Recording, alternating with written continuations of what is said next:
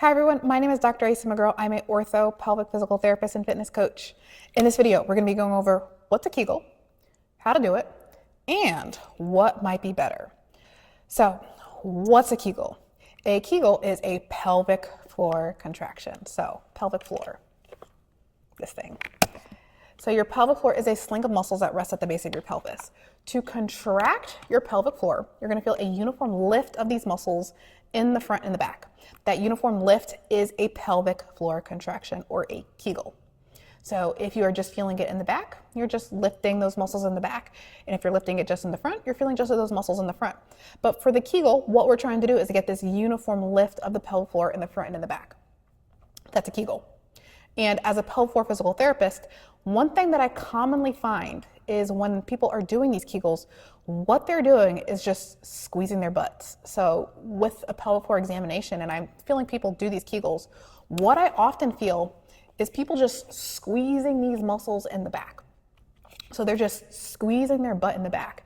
And that's often going to contribute to some tightness back in that area. And also what's going on is the front muscles are not contracting as well. So this is common, this is not everybody, but this is often what I find when people are doing their pelvic floor contractions or Kegels. So this is why I find that there are often better things that they're able to do other than Kegels, because most of the time people are not even doing these pelvic floor contractions or Kegels correctly. So that's one thing. So when you are doing these pelvic floor contractions, this is getting these pelvic floor muscles to contract.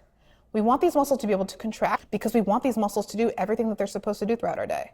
We want these muscles to contract, but we also want these muscles to lengthen and relax. So if you stumbled on this video because you're trying to learn how to strengthen your pelvic floor, you're likely doing this due to having maybe some leakage, maybe some heaviness, maybe some prolapse symptoms, maybe some pain, maybe some DRA type symptoms, and you're trying to learn how to Kegel to strengthen your pelvic floor. So strengthening your pelvic floor is great. We want to be able to do that. But we also want to be able to lengthen and relax our pelvic floor as well. Because if you are just doing Kegels all the time, you are just strengthening those pelvic floor muscles, even if you are doing them correctly, you're just going to be building up more and more tension in that area. And our pelvic floor needs to be able to contract, but it also needs to be able to lengthen and relax. And if we're doing this constant contraction, that can contribute to more pain, that can contribute to more symptoms, and that can contribute to other areas in your body that might be potentially experiencing symptoms as well. So if you are just doing Kegels, one, we want to make sure that we are doing them correctly. We want to make sure that we're not just squeezing our butt. We want to be able to do them correctly. How to do a Kegel? Like I said, you're going to feel a uniform lift of your pelvic floor in the front and in the back. This uniform lift, that's going to be a Kegel. I usually like to say, picture this as you're trying to slurp up a milkshake through a straw with your vagina. That is a pelvic floor contraction or Kegel. Now to relax it, what you're going to feel is a lengthening or letting go in this area. And like I said, we want to be able to contract and relax. Hopefully you're doing it right, maybe not. One of the reasons why people tend to do this pelvic floor contraction incorrectly is because we have mobility restrictions in various places of our body. So like I said, a lot of times people like to squeeze their butts. And this happens just due to mobility restrictions, potentially in our neck, potentially in our rib cage, potentially in our pelvic floor region. So this is why this mobility component or this relaxation component is beneficial as well. Now, we learned how to contract our pelvic floor. We learned how to relax our pelvic floor. But what's actually better than doing both of these? So your pelvic floor does not work by itself. So you are not just contracting and relaxing your pelvic floor all day. These pelvic floor muscles are working with other muscles in your body at the same time. So the muscles that closely work with your pelvic floor are typically referred to as these deep core muscles or these core canister muscles. So your deep core or your core canister muscles is your transverse abs, which is your deepest layer of ab muscles in the front, your multifidi, these deep back muscles within your back, your pelvic floor muscles on the bottom, and your diaphragm on top. So whenever we Kegel, whenever we contract our pelvic floor, these pelvic floor muscles should be working with these other muscles at the same time. So whenever we Kegel or lift or slurp up that milkshake, your transverse abs are contracting inwards and your back muscle should be contracting inwards at the same time. If we're just doing these Kegels all by itself, we're neglecting the front and the back, which is really important. And why is this important? So these deep core muscles, they control what is called your internal pressure. This internal pressure is the pressure within our chest and our belly from the air that we breathe and our internal organs. So these deep core muscles help to manage this internal pressure. But if we don't have these transverse abs, these deep back muscles, and these pelvic floor muscles not working optimally, the pressure, it's going to go to where it's most vulnerable or where gravity helps it to go. And due to gravity, lots of times it's going downward onto our pelvic floor region, causing us to experience symptoms that we're experiencing. Prolapse, pain, incontinence, things of that sort. And it's also kind of having a chain reaction of other things that are going on in your body. So this is why we want these muscles to work together. We want them to work together to help us to manage this internal pressure, to get these organs off of our pelvic region so that our body is able to function like it's supposed to and not experience all these other symptoms. So we get these muscles working together by breathing. One of the best ways to get this pelvic floor contraction with these deep core muscles going is an exhale. So when we exhale, we're going to get a lift of our pelvic floor. We're going to get that pelvic floor contraction. We're going to get that compression inwards of our deep ab muscles. We're going to get that compression inwards of our deep back muscles at the same time. And what's happening is our organs are lifting off of our pelvic floor with this pelvic floor contraction. And this is what's going to help to alleviate that pressure on this pelvic region, which could be causing the symptoms that you're experiencing. So what is better than a Kegel? Learning how to exhale and use these deep core muscles with your pelvic floor at the same time. Now you know how to contract these muscles together. We do that with an exhale.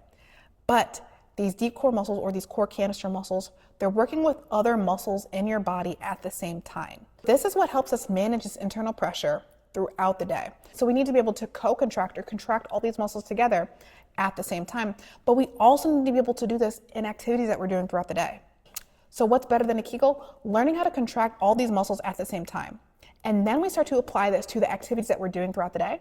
And then we start to apply this to things that we're doing in the gym to build resilience and build more strength in these muscles, because these muscles are not just contracting by themselves all the time. To an extent, we're not going to be able to just contract these muscles by just exhaling all day and build strength in these muscles.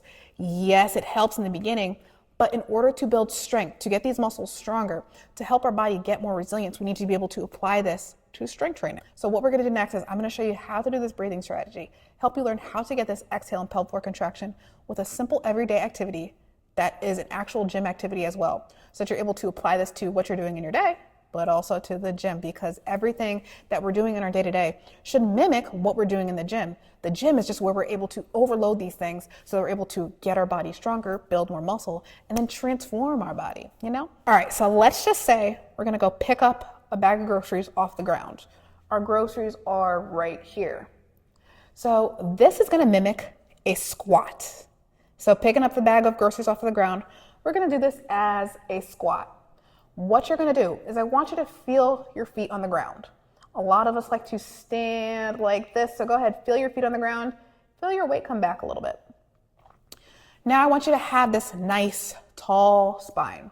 What this is gonna do, it's gonna get our rib cage stacked over our pelvis so that these core muscles have a better position for them to work. Now we're gonna get this full exhale. You're gonna get a lift of your pelvic floor, compression of our lower belly, middle belly, rib cage.